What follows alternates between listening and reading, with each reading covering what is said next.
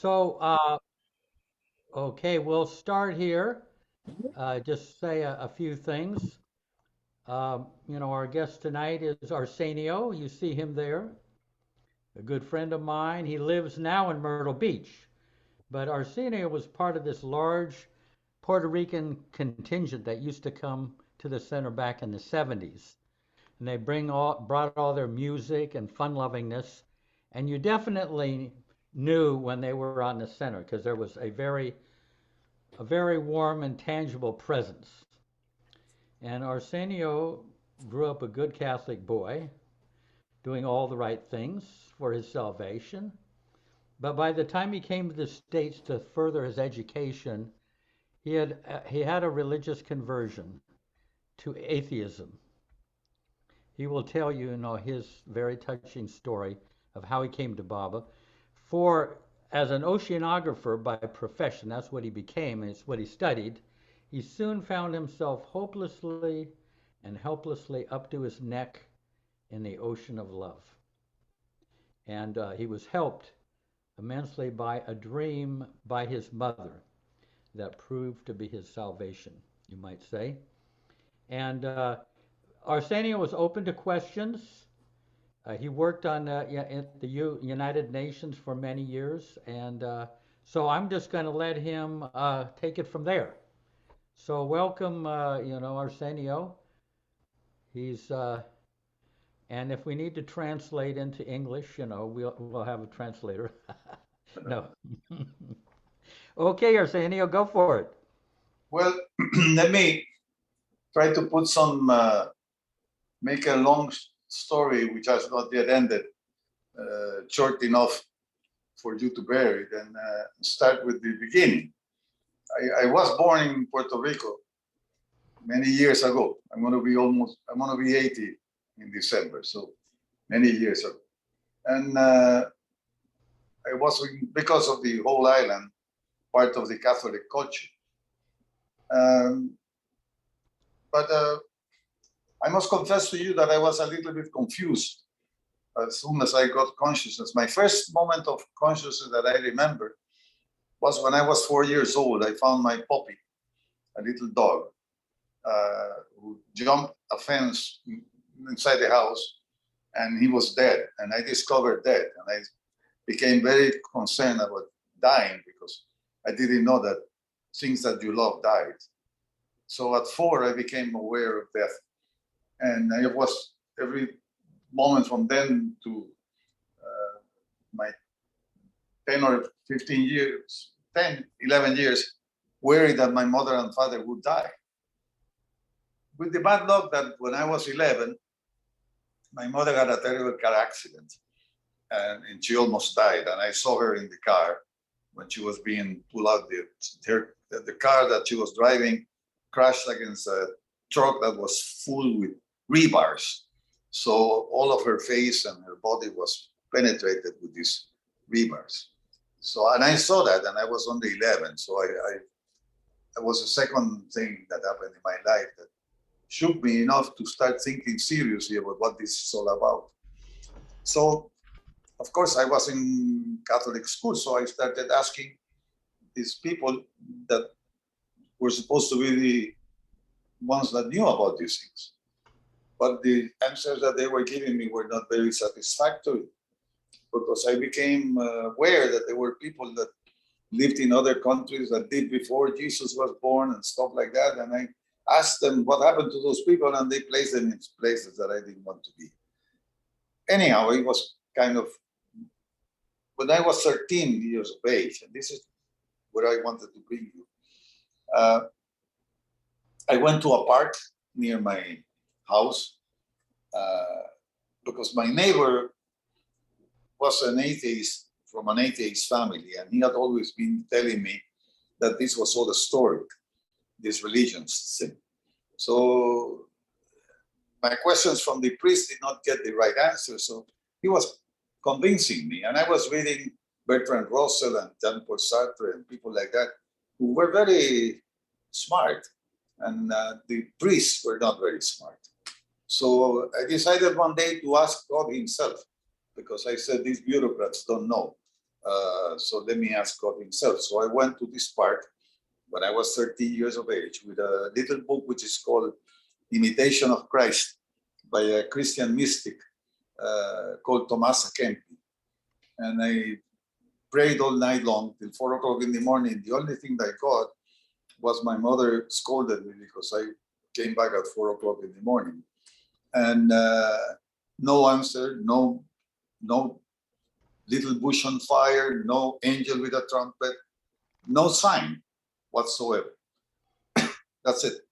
So that day I decided that God did not exist in my mind. It took some more years to become fully entrenched into that. But I started saying, why wouldn't he answer a little kid?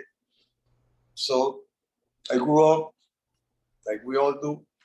And the next stage in this story is 1969 in June. I was with a good friend of mine who was my former brother-in-law who died just 4 days ago. And he was listening to a record from Melanie. I didn't know.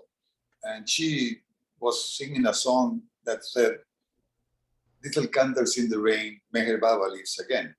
And I asked him, who is Meherabad? And he said, I don't know. That's the first time I hear Meherabad's name. But I remember later on, not at that time, that earlier that year, my mother had given her a ride. And in the car, she told me and my brother-in-law, his name was Gusi, she told me that she had this dream. She had never traveled outside of New York and San Juan. You know? So she told me this dream that she was in the Orient and that there was a man in the Orient, in the Orient, like a Orient, in Yeah. a country in the Orient, Yeah. in the far Orient. Yeah. And she was being guided by a man whose skin was dark, but who was not an African American. And that he was guiding her, and he was riding a green motorcycle, and that he took care of her and took her to a place where there was a woman leading a huge procession, a very beautiful woman who was leading a huge procession, and that when she saw my mother in the dream, she folded her hands in Namaste, and with her eyes, she looked up to the sky, and in the sky, there was this white winged horse with a man riding it with a sword in his hand, climbing through the clouds. And that is the dream. Now, I might have heard that dream, and so my brother-in-law. We both heard it. I forgot it because at that time I was a cynic, and the only thing that I told my mother was something like, oh, it must be a biblical dream or something like that. But I didn't pay any attention to it. 1969, 1970, I did find out about Meherabad in Miami. I won't go inside unless you ask me, but this is too complicated. But anyhow, I found about Meherabad through an inner experience, through a photograph that I saw in the wall of a friend, of a neighbor. But when I came back to Puerto Rico, after I finished my studies in 1972, this was in 1970 that I found out about power, I forgot about all this dream. You know, it was nothing that had to do with me. And I worked, I didn't have any money to go to India. I did come to the center, can you say, several times in the 70s. One thing did happen that I must tell you to tie this story. When I walked into the center in 1970, I worked with my then wife, who she's passed away now. Her name was Conchi, and my little girl who was 3 years old. I was up to that point very boring, mostly because I was an intellectual, scientist, and atheist, and I had no sense of humor. So my poor little girl, my first wife, they were subject to me, besides myself. So I walked, when I came into the center, I came with a quest of finding out whether Meher Baba was telling the truth. Was he a charlatan or was he crazy? I got rid of the craziness after reading the discourses. 2 weeks I stopped going to school and I read the discourses and God speaks. So I found out that all of the answers that were missing from the priest, he gave them to me, the answers. So I said, he's not crazy. So he must be, doing this for power, money, politics. So I wanted to meet him. So I called the bookstore that sold me the books, and they told me that he had dropped his body, which it was a terrible thing to find out. First of all, what does dropping the body mean? Because I didn't know. So she told me. I then said to myself, I lost the train again. But then I thought, well, there must be somebody, because if he was a charlatan, the people that were with him must be charlatans also. So let me try to meet the people. So I asked her, and she told me about Kitty and Elizabeth, and that's why I came to the center in 1970. So when I walked into the center, I walked into the old gateway. Jane was sitting in the desk, and she was sort of like busy with something, and I was trying to wait until she got free or whatever she was doing, but she interrupted what she was doing and she addressed my little girl, who was very shy, and she said, are you going to come and give me a hug? And she ran, my little girl ran into this strange lady and stranger, they embraced and they both started weeping and talking very, very lovingly. My wife also started weeping. And I couldn't do anything but open the door and start walking inside the center because my chest was going to burst. At that moment, I felt in my mind this voice that said, do you remember the night in the park? This is your sign. So he just waited, what was that? Like 14 years to answer. But that's fine. But I got it. And I remember that I said in my mind, you're my master. What do you want me to do? And he said, I just want you to be who you really are. And then I said, well, who am I? And he said, that's for me to know and for you to find out. And that's now that gives you the story. Now I am in Puerto Rico. I want to go to India, but I don't have money. Finally, December 1974, I get enough money to a consulting contract, and I invite my mother. And when we get to Bombay, and we go to the airport, we had called ahead because my mother was 60 years old. She was an old lady, 63 or 64 years old. So we needed somebody to help her. So we made the arrangements through the center. I can't remember who it was who made the help us. But we came to India and we were met in a roundabout by Jaldastur in his green Lambretta.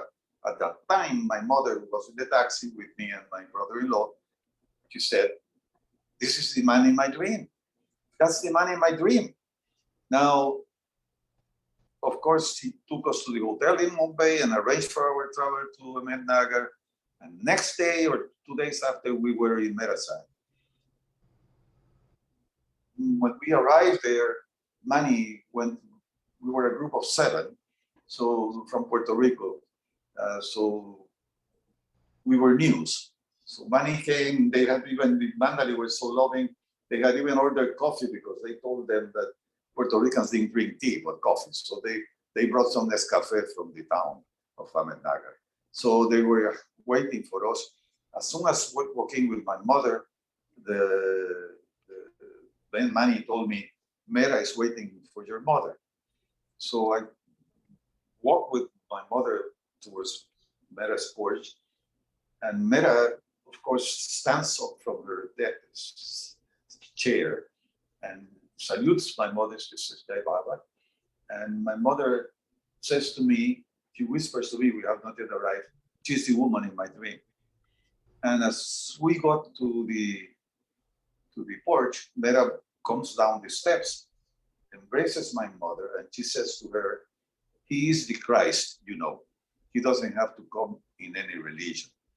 Takes her by the hand, brings her inside the house in the small area of the living room, and shows her the painting that is on the wall, or that was on the wall at that time, of Meher Baba in a white horse climbing through the clouds. And that was the dream With that that my sword? mother. With that holding that sword? Yes. Yeah.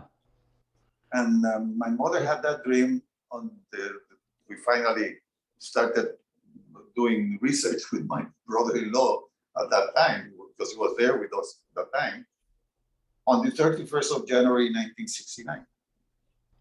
That's when she had the dream. Wow. So I always said to her that she was the conduit that brought me to Baba, although she didn't know.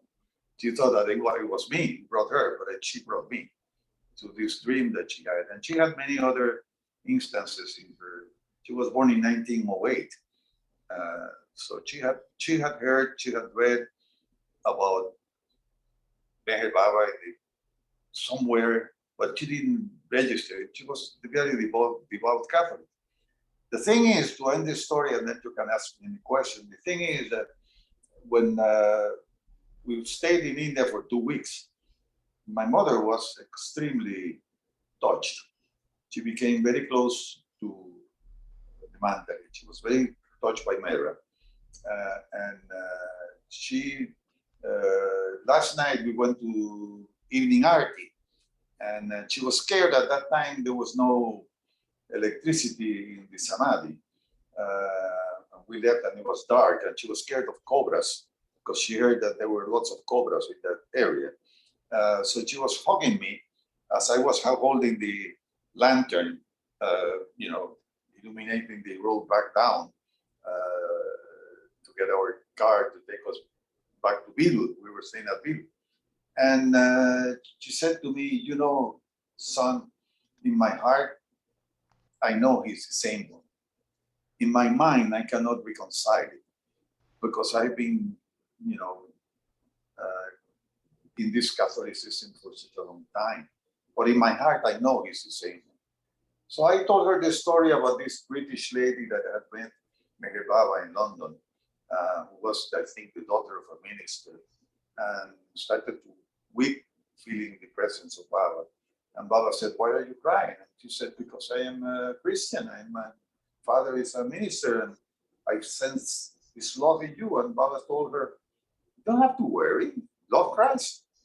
I mean, there's no reason why you have to love me. You can love Jesus and you're loving me. So I told that to my mother. She took it very nicely. And when we were packing we live in Mexico early in the morning, making the suitcases, she found that in one shoe there was some sort of etching on the sole of the shoe. And when she looked into it, and Amrit was there, and both of them saw it, there was a face of Baba etched on the shoe. And she said, let's look at the other one. And the other shoe, there was a etching of Jesus with the crown of thorns, almost like he had been sketched by El Greco. Very beautiful thing. And so she said, he answered me immediately my concern, that he is the same. So I have no problem. She was not impressed by the faces because she had seen many faces already at that time in India. But she was impressed by the quickness of the response that he gave to her. And so that was the story of Arsenio, do you have I know they have at Meherazad the photograph of the two sandals. Do you have a picture of that yourself there somewhere? I don't have them here. No, I have the shoes actually because I gave them to Balnatu. when I went back to India in 1975, and he kept them in that little museum that he was making in Meherabad. But then I think when he passed away, the shoes were given back to me. They have been photographed. I have them. I know I have them photographed somewhere in my computer, but I will not be able to find them now. But I can share them with you, and you can then share them with everybody else. But it was kind of like a story that the beautiful thing about this is how it tied up with my mother coming to know about Baba. I was giving myself that credit, but it was her who basically brought me into knowing about Baba, which is, as we all know, the greatest thing that has happened in my life. But that's it. There are many other angles, but you have to ask me because I don't know. Those are the most important things. Does anybody have any questions for Arsenio?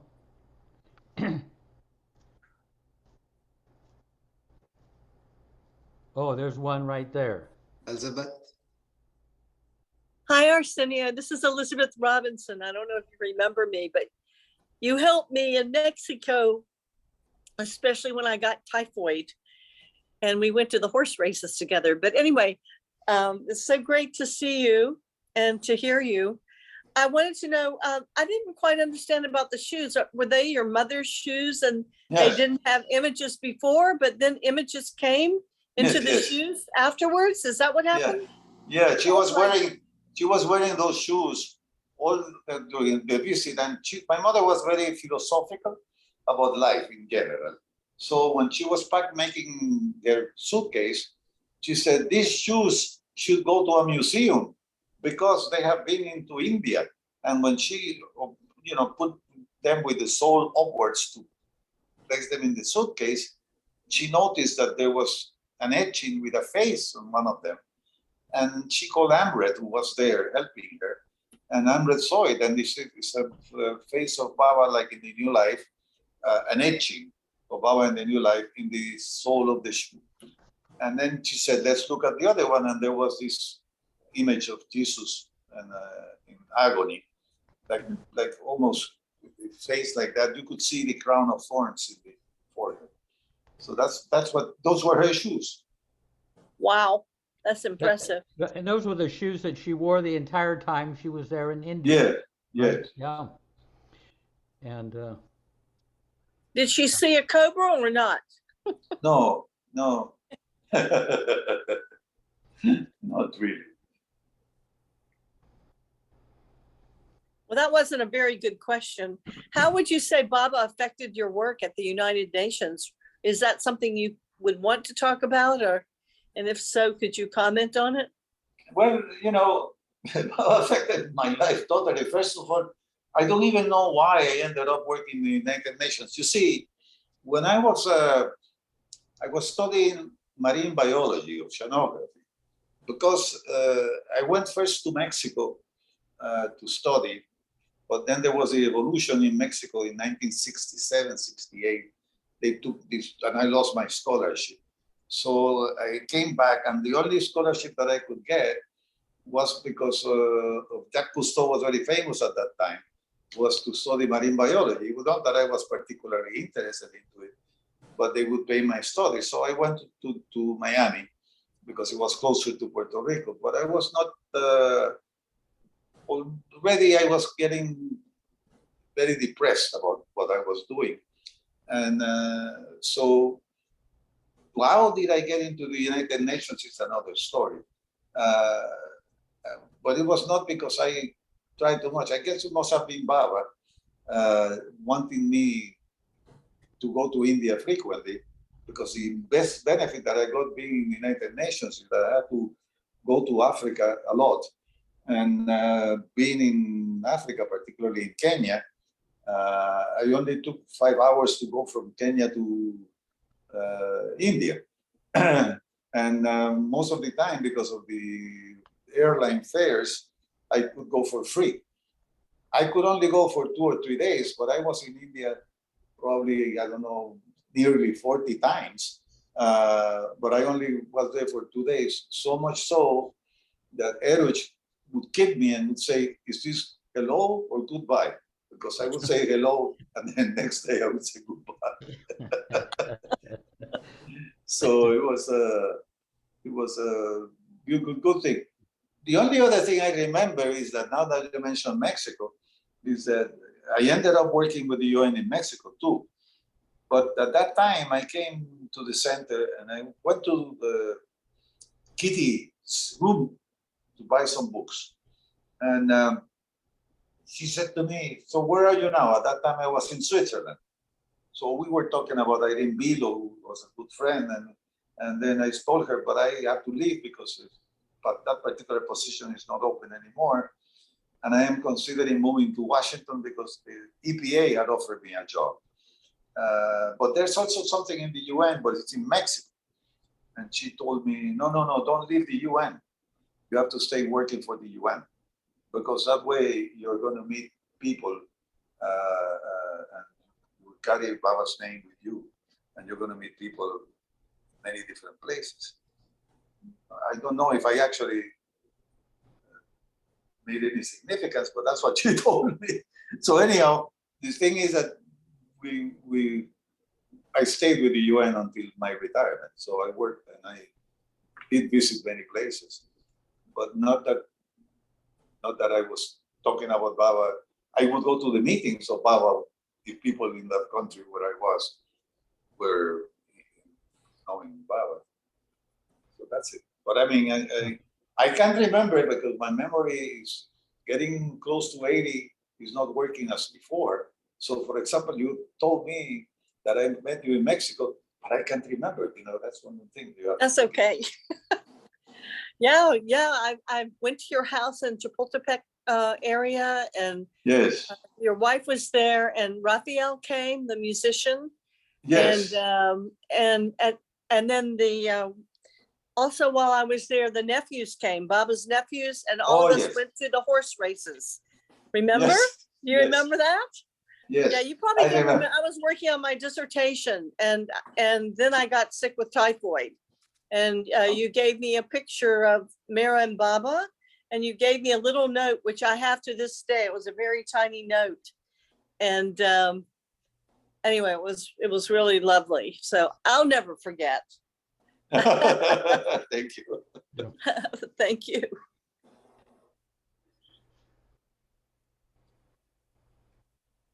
Gabrielle, JC, I think you're muted.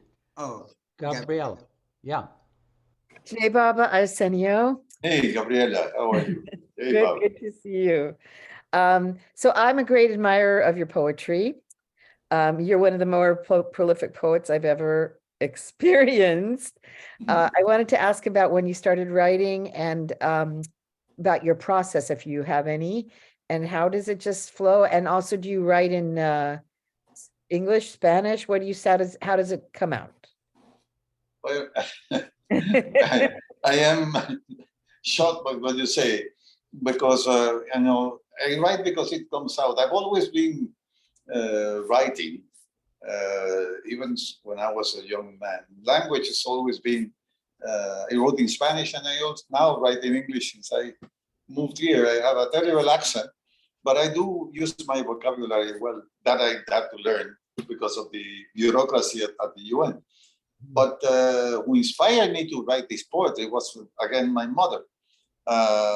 So actually, if you can suffer this short thing, I want to read you what my mother wrote yesterday, but in 1989, when Mehera passed away, because she and Mehera corresponded, and they became very good friends.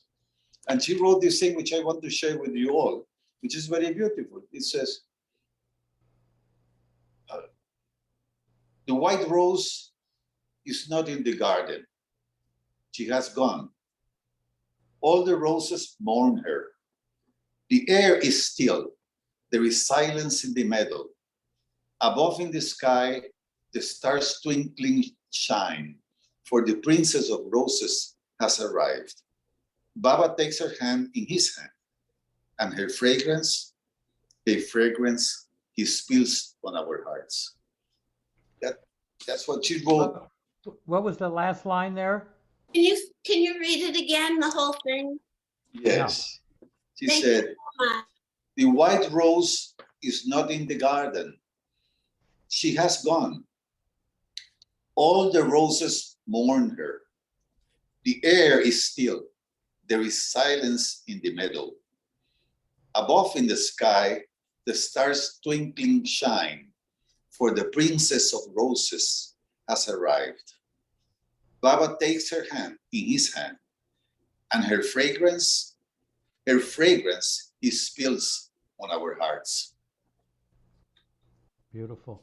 Can you read, while we're on the poetry, can you read Arsenio wrote a poem about what it was like to be in Mandalay Hall.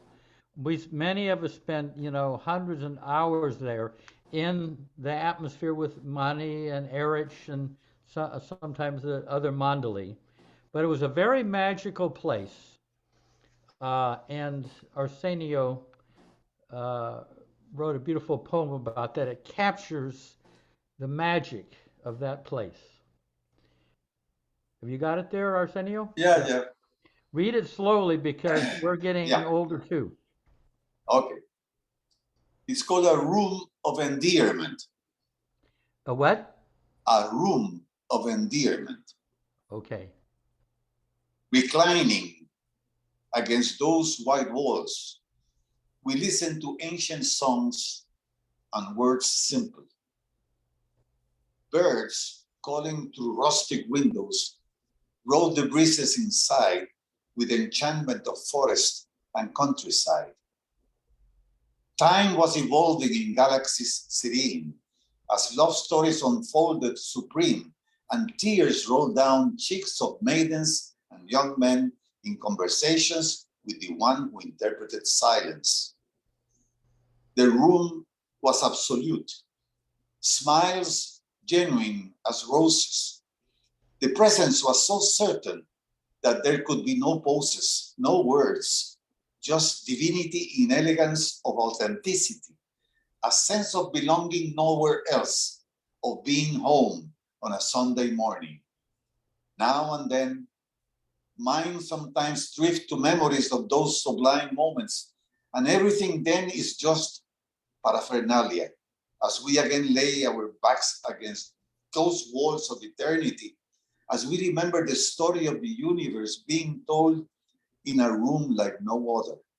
Since then, we have wandered around, opened doors in comparison, trying to match that grace, but everything lies in a lower plane of turmoil and praise, of I, me, and mine, in all colors and shades. When mine is at its best, in friendship with the heart, it goes back again to the carpeted truthfulness of that assembly, of the witnesses of the most beautiful last sighting. Come now, let's find a corner, a soft cushion, and forget ourselves as we sink into rhythms of honesty, purity, humor, and light so bright, so wonderful and unique that they just do not exist except in that sacred realm of love given in total abandonment and surrender. You got to read it again. That is just fantastic. Read it again. Just and yeah, beautiful. I mean, so many of us, enjoyed that room, that hall. Go ahead, yeah. Reclining against those white walls, we listen to ancient songs and words simple. Birds calling through rustic windows roll the breezes inside with enchantment of forest and countryside. Time was evolving in galaxies serene as love stories unfolded supreme and tears rolled down cheeks of maidens and young men in conversations with the one who interpreted silence. The room was absolute, smiles genuine as roses. The presence was so certain that there could be no poses, no words, just divinity in elegance of authenticity, a sense of belonging nowhere else, of being home on a Sunday morning. Now and then, mind sometimes drift to memories of those sublime moments, and everything then is just paraphernalia. As we again lay our backs against those walls of eternity, as we remember the story of the universe being told in a room like no other.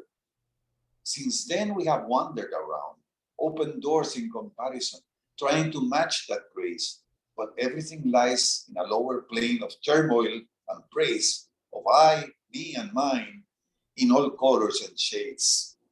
When mine is at its best, in friendship with the heart, it goes back again to the carpeted truthfulness of that assembly of the witnesses of the most beautiful last sighting.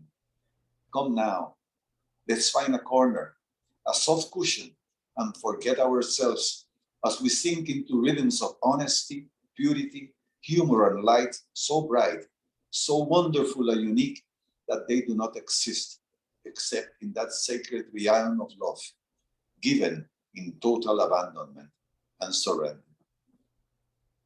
Beautiful, incredible. Hey, can you share any of the exchanges you had, say, with Eric or Mani or Mehera that you recall? Any of the exchanges that were, say, life-changing for you or had a deep impact on you? Yes, let me tell you one because of the what Elizabeth, her name was Elizabeth, yes. Yeah. Yes, because what you said before about the United Nations. You see, when I went to India the first time in December 1974, I already was, of course, experiencing Baba in my heart.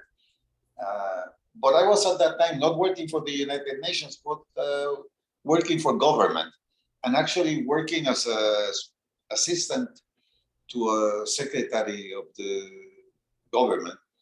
And I was handling things, protocol all the time. And it was something new to me because I was a simple guy. And actually, in my college years, and like many of us, a little bit hippie-ish and informal. So all of a sudden, I had become a formal protocolarian. So when I went to India, I realized that I was going to be demanded. They had no meaning to me in terms of my associating with Meherabad because I knew him already.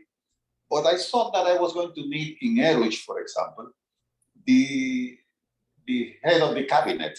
How do you call the chef du cabinet, as they say in French? I don't know how you say it in English, but the Resort manager. the staff, the chief of staff. It's called the chief of staff. Okay, so when I go to Meherabad that first day and I meet Eruch, I call him Mr. Jesawala. And so I shook his hand. I gave his hand to shake his hand. And I said to him, it is an honor a privilege. I said, it is a privilege to meet you, Mr. Jesawala. And he looked at me baffled. You remember about Eruch? When Eruch had a baffled look, he had a baffled look. You know, he said, oh my God, this one I have not seen before, you know. So he looked at me with that kind of a face. And he said to me, come. And he pulled me and he showed me the Mandali Hall. And he said, Meherabad used to sit there and I used to be in that corner and I would, from there, translate and, interpret his gestures and I would know his needs and attend to his needs. But that was my position. And I was doing that. I was with him for many, many, many years, 30, 40 years. But I took him for granted. So when I was sitting inside and I was looking at him, I was also looking at the clock because I wanted my break to go outside and smoke a bidi. Now, he said to me, I took him for granted. And I lived with him 40 years. Now you come, and all these people come who never met him. From 10,000 miles they come. And they have that light in their eyes.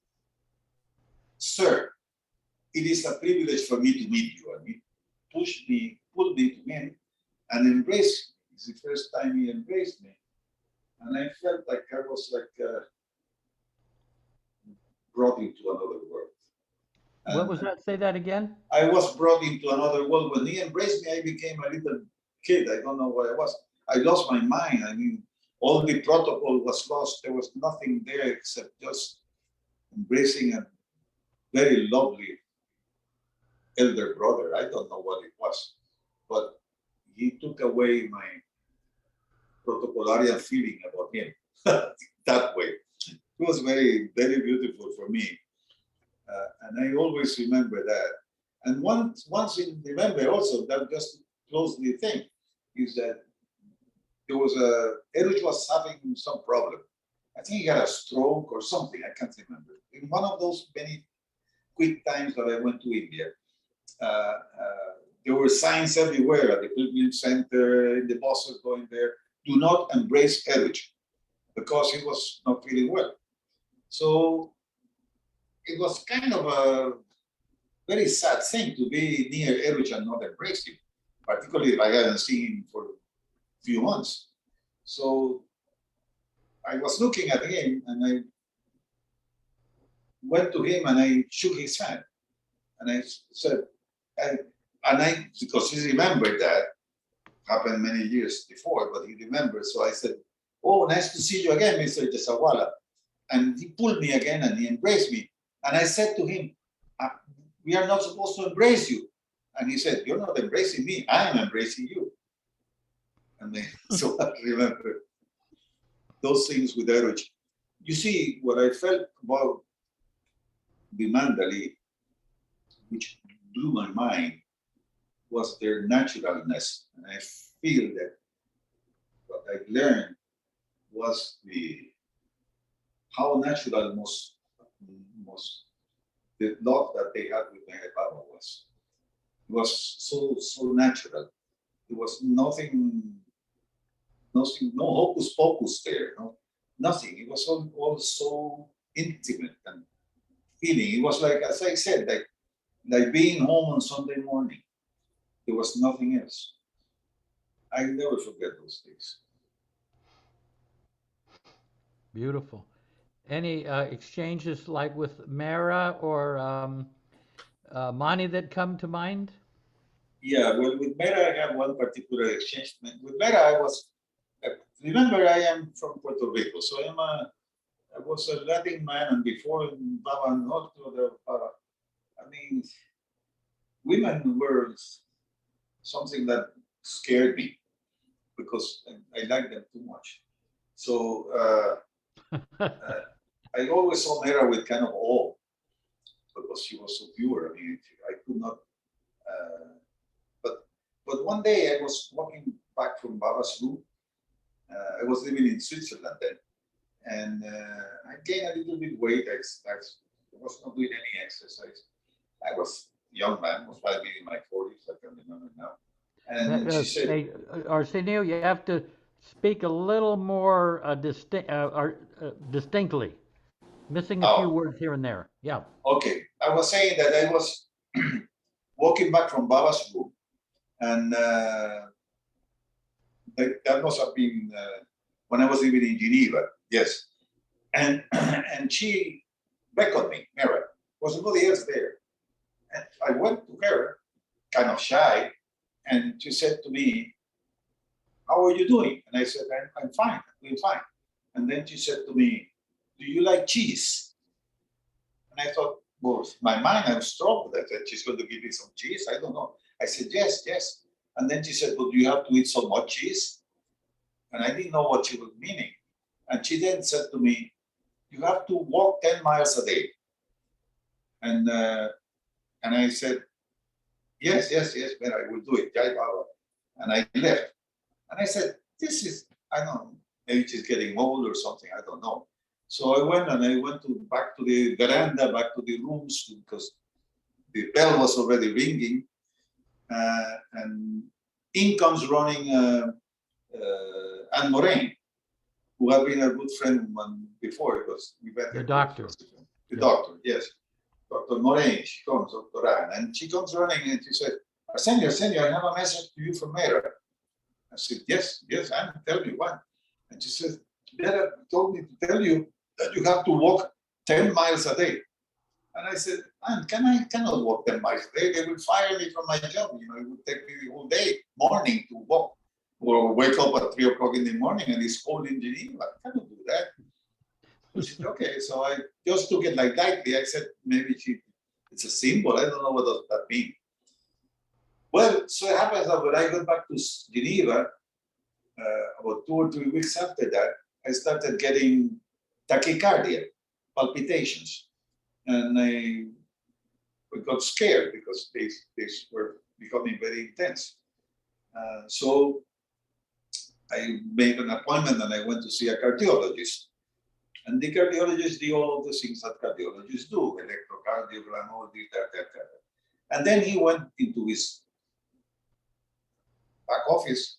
I was sitting down in front of his desk, and he came back and he said to me, everything is fine with you.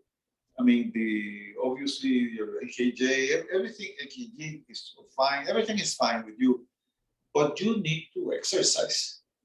I'm going to give you something. And he went in back and he brought back 2 tennis shoes. And he put them in front. Not that he was going to give them to me, but he said, what you need is to walk 10 miles a day. So I got the message. So I decided to not walk 10 miles a day, but I calculated that walking 10 miles a day was the same as jogging 2 miles a day. So I decided to jog 2 miles a day, and I called that the Mehera exercise program. And ever since then, for the next 30 years of my life, I was jogging every day, 2 miles a day. And it might have saved my life, looking at what happened to me 3 years ago. It might have saved my life because of a heart attack. So God knows why, but that's one exchange that I had with Mehera, which was very particular. Beautiful.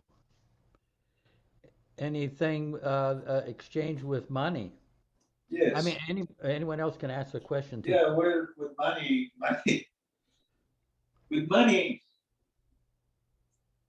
I had a very beautiful thing that happened to me. In 1978, I went to India. I will not go into the details of the story, but it was a very particular moment because actually, again, one of those things that Baba paid my ticket. So I go to India for 1 week, and I'm meeting with Adi. At that time, I was living in Trinidad and Tobago in the Caribbean, this little island north of Venezuela. And he said to me, Adi, I'm going to give you a sadra of Meher Baba for you to bring to the group in Trinidad. I say to Adi, there's no group in Trinidad. It's only me and Julie, my wife, and that's it. At that time, even my other children had not been born. Well, it was Ilya. So we are 3 people in Trinidad. There's no group. So don't give it to somebody else for some. Yes. Jack Small was there as an assistant at that time of Kobadi. So he says, Jack, please bring to Arsenio the sadra that Gulmai has that sadra that Baba gave to Gulmai. Bring it, give it to Arsenio for the group in Trinidad. I said, Adi, there's no group in Trinidad. I thought he was old and deaf like I am now, but it's history. And so finally I ended up with the sadra. Sometime after that, many years, I was now no longer in Trinidad. It went then from Trinidad, went to Switzerland, then from Switzerland to Mexico. And at one point already, it has been gone. Jack Small sends me a note saying that I have to return this sadra to the trust. And at that time, there was a group in Mexico. And the sadra was the center of the meetings. So I went back to India and I entered the office now using my United Nations bureaucratic skills.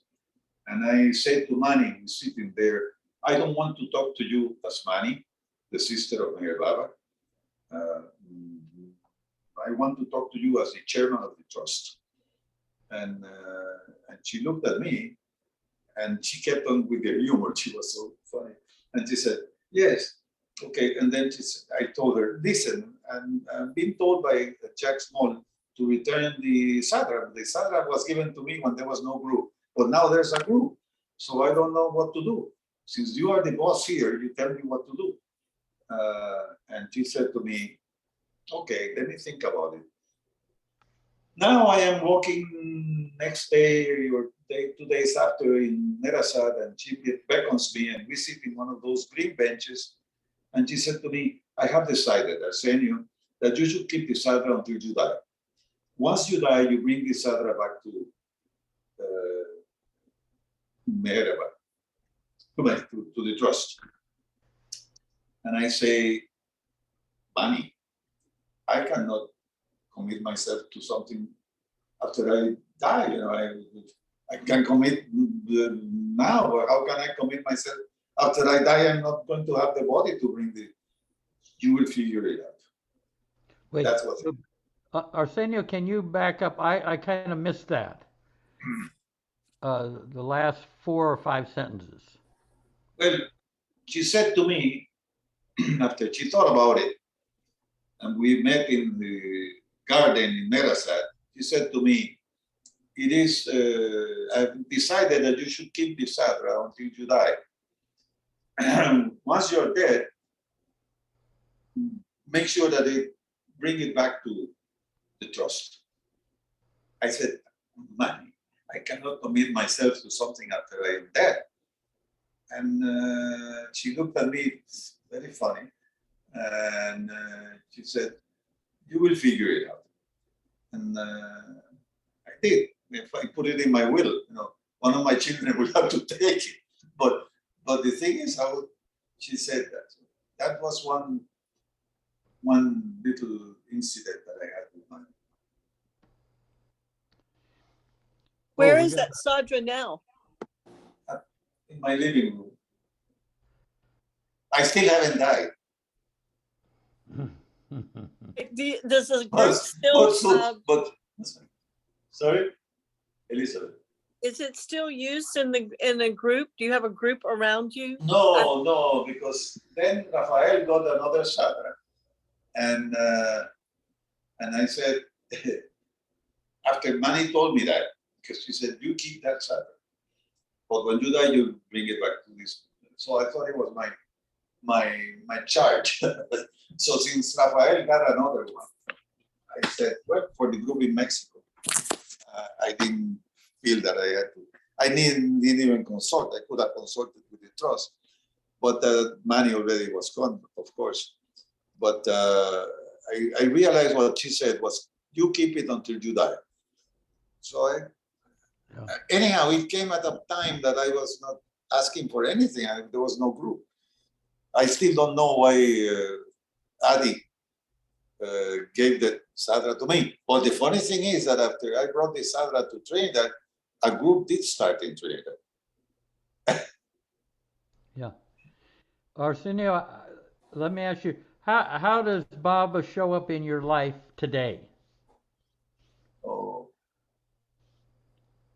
I mean, you don't feel like you have to answer that, but how is Baba, you know, you wake up in the morning, how does your day go with Baba, if you feel like sharing that?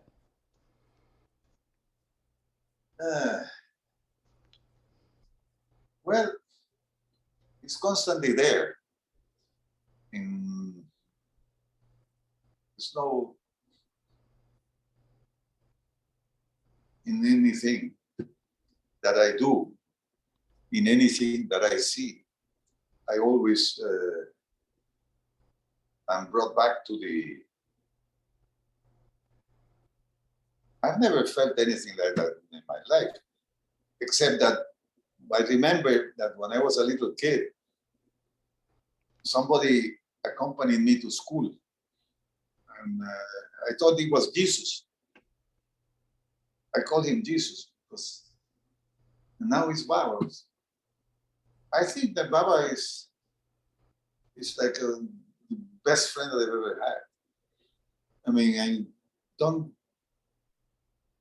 see myself without him being with me. I mean, I'm no saint or anything like that. I have lots of things inside of me that I have to polish. Most of the things that I have to polish, but he's not. He's always there. He's not shy of that. I have one thing that I always loved. If you give me a chance, I will read this to you because it will answer the question. It will answer the question that you asked. Certainly. One second. Don't go away. I'm looking for it in the computer back in me because it's called Rubbish Wagon. What's it called? Rubbish Wagon. And that will answer the question. I mean, I could look it in the book, but it's more complicated. It's easier to look it in the computer. So just give me 1 second.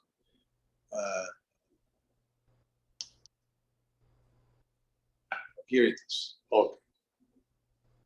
Here is the book. So I'll just search for it. But it's in a way, I just don't know why this is it. You know, there's no effort on my part. This is what I'm saying. So. Jeff, what was the title? Rubbish Wagon. What's that Rubbish? second word? Rubbish, like the Yeah. R-U-B. Like garbage. Trash. Yeah. Trash. Wagon. And what's the second word? Wagon. Wagon. Wagon. Rubbish wagon. Okay. Rubbish Oh, wagon. Okay. Yes, I'm Thank sorry. you. I'm so sorry. 1 second. I will get it to you in a moment. I have already it in fine. Here is that. Okay. Read it slowly for the elderly. I will read it slowly. 1 second. Let me write here. Arsenio, read it without your accent. I will try. I will try. Okay. Joking, I'm joking. I will try. It's a terrible thing. I even have accent in Spanish. 1 second. Okay. Oh, just Okay, read it okay, in here it Spanish, is. Arsenio. Just read No, it in it's Spanish. written in English. It said, okay. It's coming here. It says, it's called Rubbish Wagon. Do you pronounce it like that? Rubbish Wagon. Wagon. Rubbish wagon. Yeah. Wagon. Rubbish Wagon. Beyond mind, beyond that constellation of aggregated elements of form that evolved with time, out of that impulse to love for the sake of joy, beyond the music of the concert and the howling winds of the storm, beyond the serenity of your silence and the impetus of my vices, you are always with me. In between and during all ups and downs, like an unforgotten, yet never learned morning song.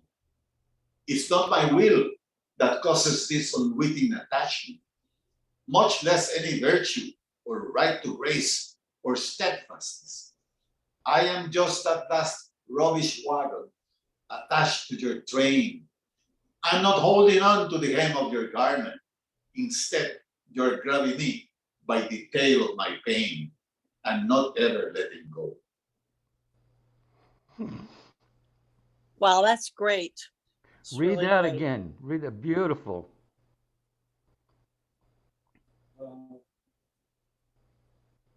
One second. Okay. Beyond mind, beyond that constellation of aggregated elements of form that evolved with time, out of that impulse to love for the sake of joy, beyond the music of the concert and the howling winds of the storm, beyond the serenity of your silence and the impetus of my vices, you are always with me, in between and during all ups and downs, like an unforgotten yet never learned morning song. It is not my will that causes this unwitting attachment, much less any virtue or right to grace or steadfastness. I am just that last rubbish wagon attached to your train. I'm not holding on to the hem of your garment. Instead, you're grabbing me by the tail of my pain and not ever letting go. Beautiful. Wow. Beautiful. Tony. Arsenio, hello, Jay Baba. Hey, Tony, how are you? Long There's time no see. another UN guy. Arsenio, I wanted to ask if you would share with everyone the story of, I think his name was Francisco, coming Yeah, to Baba at the Samadhi and how that all worked out. because It's a it's a wonderful UN story. Because it's a UN story, yes. Well, so Francisco Sekeli is a man from Mexico that I met in Geneva. I had met him before in Mexico, but I became associated with him in Geneva. He was working with me. Actually, he was at that time even my boss, was the deputy director of that office. And he arranged to have a meeting. It is all about the environment. That's what I worked with in the United Nations, was the environment. And there was a meeting that was going to be held in Goa, in India. And it was going to be 2 weeks. It was a training session for people from Southeast Asia. So the moment that I found out that there was going to be a trip to Goa, of course, I said, what are you going to do? He asked me, Francisco Sekeli, who, by the way, he used to come to, because we were speaking in Spanish, he was Mexican, I was from Puerto Rico, so he was telling me, every time he would pass by my office, and I had the "Don't worry, be happy" poster behind my desk in the office, and he would say, with kind of cynicism, kind of mockery, he would say to me, "Let's go and have some coffee, and bring that Baba guy." And I always told him, "Yeah, he always comes with us anyhow. You might not see him." But, so the time came, we are going to go, and he said, Arsenio, he was a bachelor at that time, bon vivant, he was a guy that was looking for opportunities to have dates and stuff like that. And so he said to me, what are you doing on the weekend in Goa? Because we can do something on the weekend. There was not going to be anything on the weekend. I said, well, on the weekend, I'm going to go to Ahmednagar because I have some friends there. And can I go with you? And I said, Francisco, I mean, there are no nightclubs there. It's a dusty town. I mean, there's nothing there. I go because I have these old friends, all associated with Meherabad, and there's really nothing to do. So you don't want me to come with you? Well, no, it's not that I don't want you to come with me. It's just that I am alerting you that is not the kind of place that this is not New York. This is not Paris. This is Ahmednagar, and you are a man of the world. Okay, I take it that you don't want me to go with you. Listen, Francisco, if you want to come with me, come with me.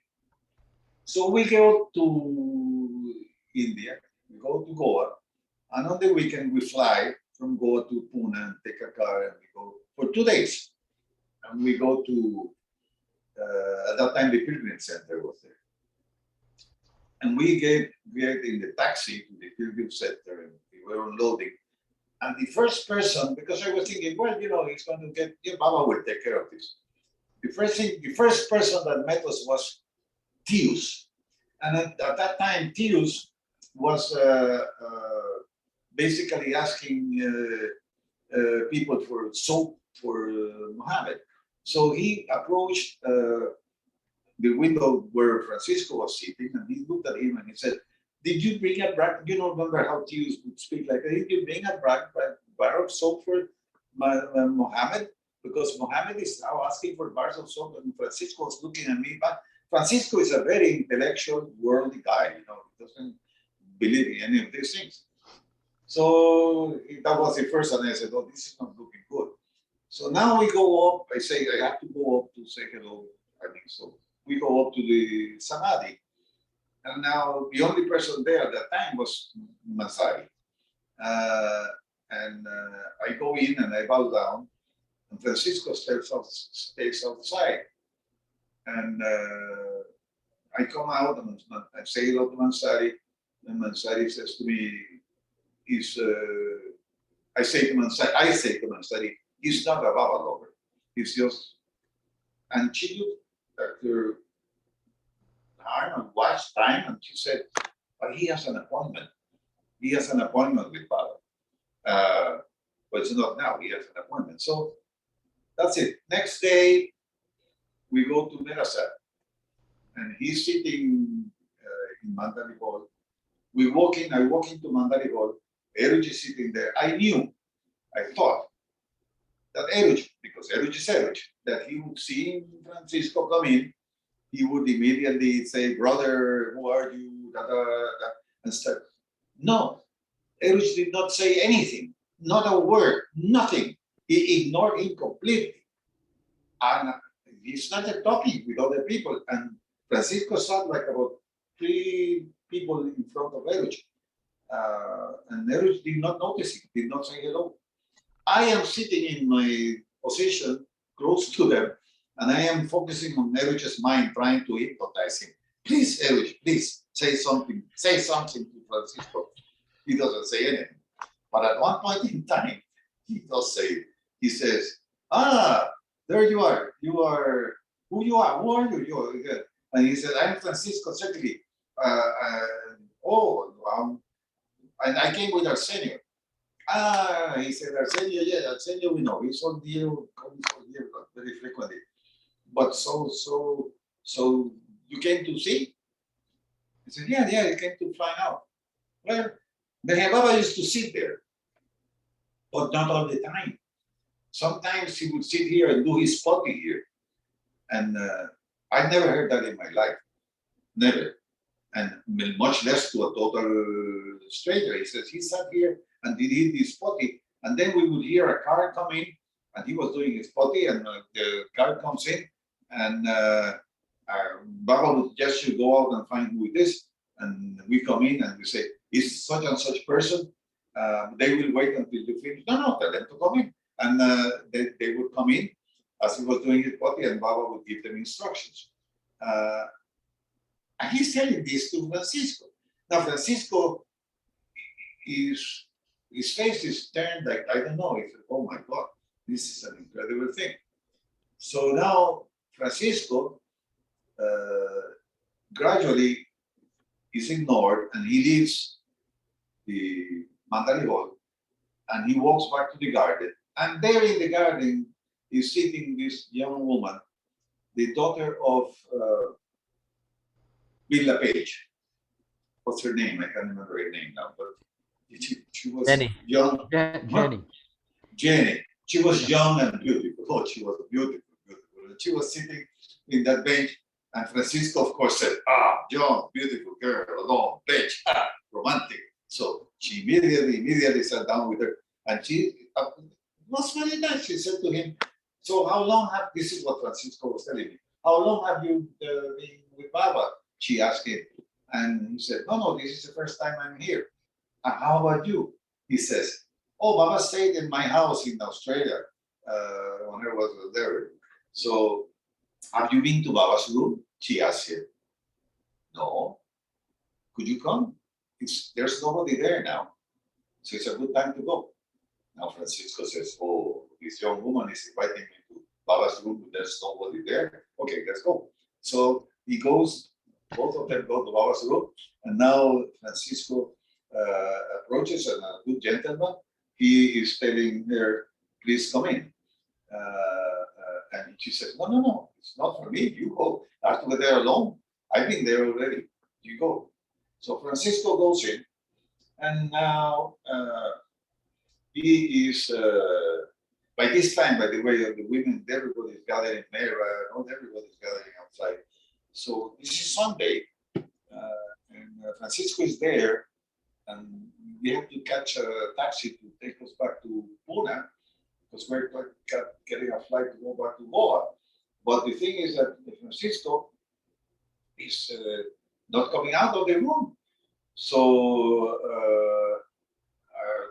I say goodbye to Mehera and greeting her.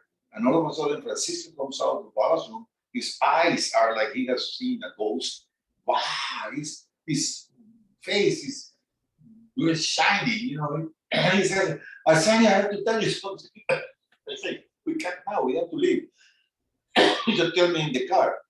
So in the car, he told me that he went in to, he was sitting there in the chair in front of Baba's bed, and he started getting this fragrance. He said to me, there are people who are affected by visual things. I'm always affected by my sense of olfaction, my nose, my smell, my sense of smell is very important to me.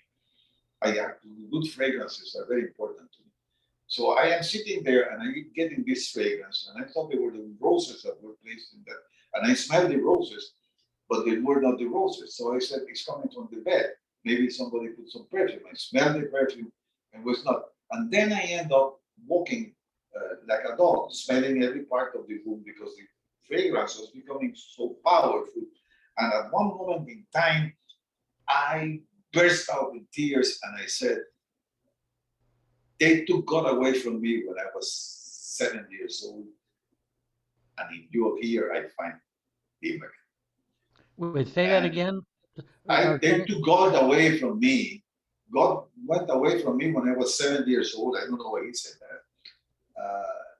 And now I find him here. And he was totally moved. Now, by the time he ends telling several things happened. In the meantime, Casey had walked into the room and she has seen this man, because she told me, she told later, that he has seen this man walking like a dog, smelling everything. Francisco. Now, Francisco, now he's telling me the story. We are going up the hill to Samadhi because I wanted to go there before we left. And he's coming with me. Now, Mansari is there again. And now, in the meantime, two things happen. I get the fragrance, and I start smelling my clothes because I said, I've taken a bath in 2 days. I don't know, it's not me. And he said, that's the smell. And then he goes into the Samadhi and he goes flat and bows down. And Mansari is looking at me and he says, he had an appointment. Now, Francisco put all of that in a letter because I went back to Goa with him. And from Goa, I came back to India, to Ahmednagar, before I went to Switzerland for another weekend. And he sent a letter to Eruch. And Eruch read that letter. And that was a story that Francisco had written to Eruch in that letter, how he came to Baba. I don't know if you have met him, but he's a very nice guy. He's a tremendous musician. He would play the accordion then afterwards for Mehera and Mansari. He's an incredible musician. His father is a survivor of the Holocaust. Arsenio, that's a beautiful story, and I thought I knew the story, and that's why I was asking you to share it. So maybe I'm confusing with someone else. Was there someone who you brought over, and he was at the Samadhi, and he felt very uncomfortable with all the people bowing down? And the next. That was a young woman. That was a woman from Trinidad. Oh. There was a young woman from Trinidad. Her name was Heather. Oh. Heather. Yeah. I think those things happen, but that was a woman, whether it was uncomfortable. And Eruch told her, so good that we have a flexible spine. otherwise we would break down. You know, so it's something like that. No, that's another story. What I'm recalling is that the person was an atheist, and how are you going to bow down to him? And that Erich said, "Did you ever believe in God?" And he or she said, "Yes, when I was a little child." He said, "So if you want to bow down, just go and bow down to the God that you knew when you were a child." Yeah. And he or she bowed down, and he was there. Yeah. Yeah. Yeah. I thought that was Francisco, but still a beautiful No. story that is. Hey, well, I guess it's a little getting late. Yes. And wonderful to hear all of this. Um, and yeah, what beautiful days there were. And anyone have a final, like, before we have a moment of silence, a quote of Baba's somewhere that someone has, sometimes Goer has. Yes, I do, Jeff. Okay. This Goer is Minu Karas's daughter. Jai Baba Arsenio, Yeah. nice to meet you. Meet Your you. Jai story, Baba. Jai Baba. I love to hear your story. It's beautiful. And Yeah. you were just so meant to come to him, your mother and you as well. So you're very, very fortunate, very blessed. Yeah. Thank you. Jai Jai Baba. Baba. Yeah. So the quote I have today is in everyday life, take no risks. In business, take a few risks.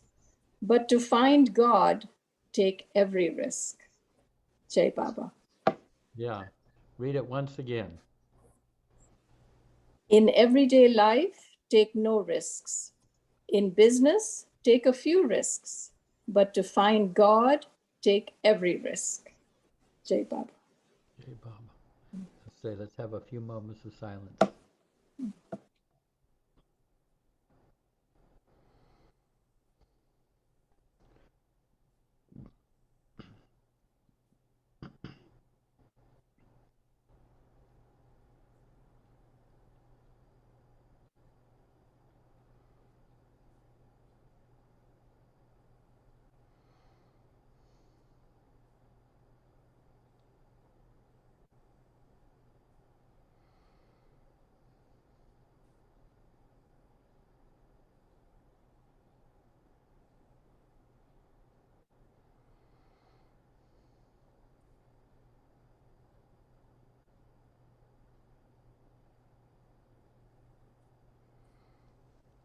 Jai Baba.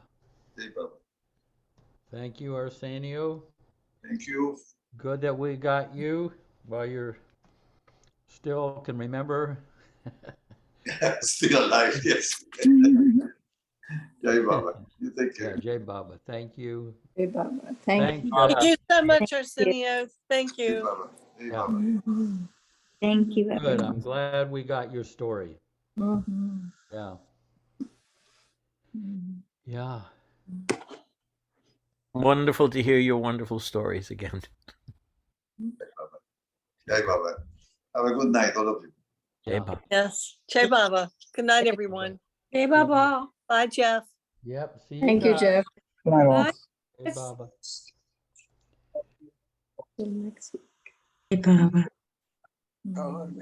Avatar Meher Baba Baba ki ki jai. jai.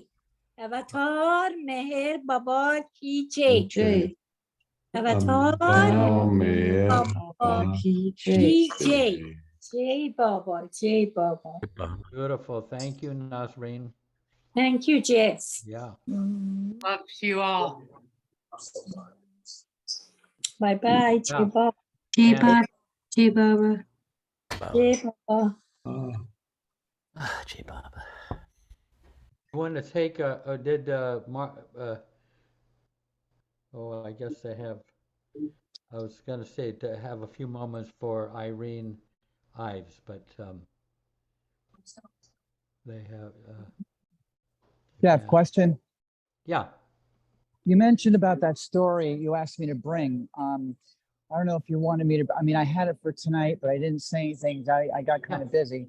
But is that something for next week or Yeah. forget Yeah. it? Or Have what it do you for want? next week because Okay, I'll see what it'll I can go do. along with. We'll be doing effort and grace next week. Yes, Yeah. sir. But I wanted to capture, Arsenio because sometimes, these things, their whole life goes and we didn't capture their story. That's right. Yeah. Okay. Jeff, can Go you? there. You look regal. Yeah, go ahead, Tony. Yeah, Jeff, can you send me, if you have Arsenio's email address? I have a performance piece of a story that he was involved in when I went to Okay. Cuba and then stayed with him in Havana, in Mexico City. I'd like to Yeah. send it to him. Okay, I'll write that down. Yeah. Okay, anyway, much love to all of you. Have a good week. You as well, And, Jeff. Yeah. I guess the 24th, in a couple of days, is when Baba had the accident there in Prague, Oklahoma. Yeah. Next week. And Sabine and Johannes, thank you for coming. Thank you. Were you able to understand Arsenio's accent? It was a little, Yeah. It was hard for me. yeah, I Okay. had Yeah. trouble here and there myself. Yeah. Well, When you I'm sing in American. I person- had a tough time listening to it. Yeah, I have a challenge. yeah. I have to listen to the recording. When I was with him in person, you can follow it much better. I don't know why. It's a little harder on Zoom for some reason. Yeah. Okay. Hey, Baba. Jai Baba. Hey, Baba. Yeah, well, Hey, Baba. Thank Hey, you, Baba. Jeff. Jai Yeah. Baba. Yeah. Yep. See thank you. you. Dinku. See you, Sonober. Yeah. Jai